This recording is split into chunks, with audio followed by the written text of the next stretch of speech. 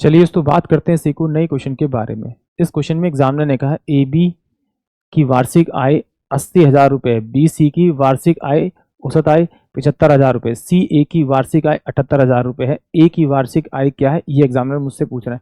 जब भी इस प्रकार का क्वेश्चन आता है तो आपको सॉल्व करने की जरूरत नहीं है, आप इसको डायरेक्ट कीजिए। क्या कीजिए, इन तीनों का यानी कि A B plus B C plus C A plus A C, इन तीनों की इनकम को जोड़कर उसमें से जिसका पूछा हुआ उसको छोड़ के अदर दो पार्टनर की इनकम को माइनस कर दीजिए, आपको आपका आंसर मिल जाएगा। यानी कि डायरेक्ट कैसे करना है, इसको डायरेक्ट जोड़ दीजिए। ये दे रखा आपको ए बी, तो ये 80,000 है, यहाँ पे लिख लीजिए।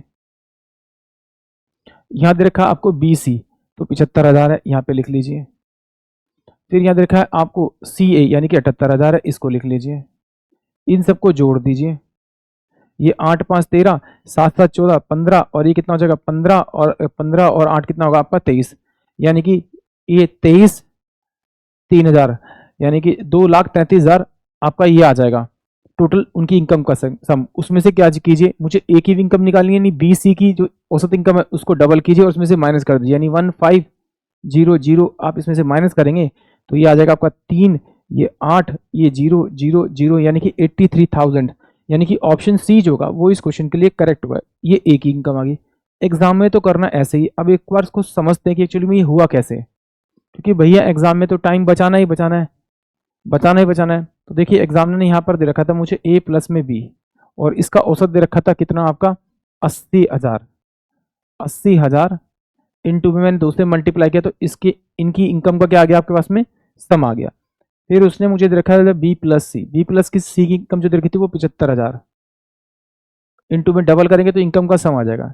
सी प्लस का ए, इनकी इनकम का जो सम औसत दे रखा था वो दे रखा था 78,000, इंटू में 2 से करेंगे तो सबकी इनकम का सम आ गया।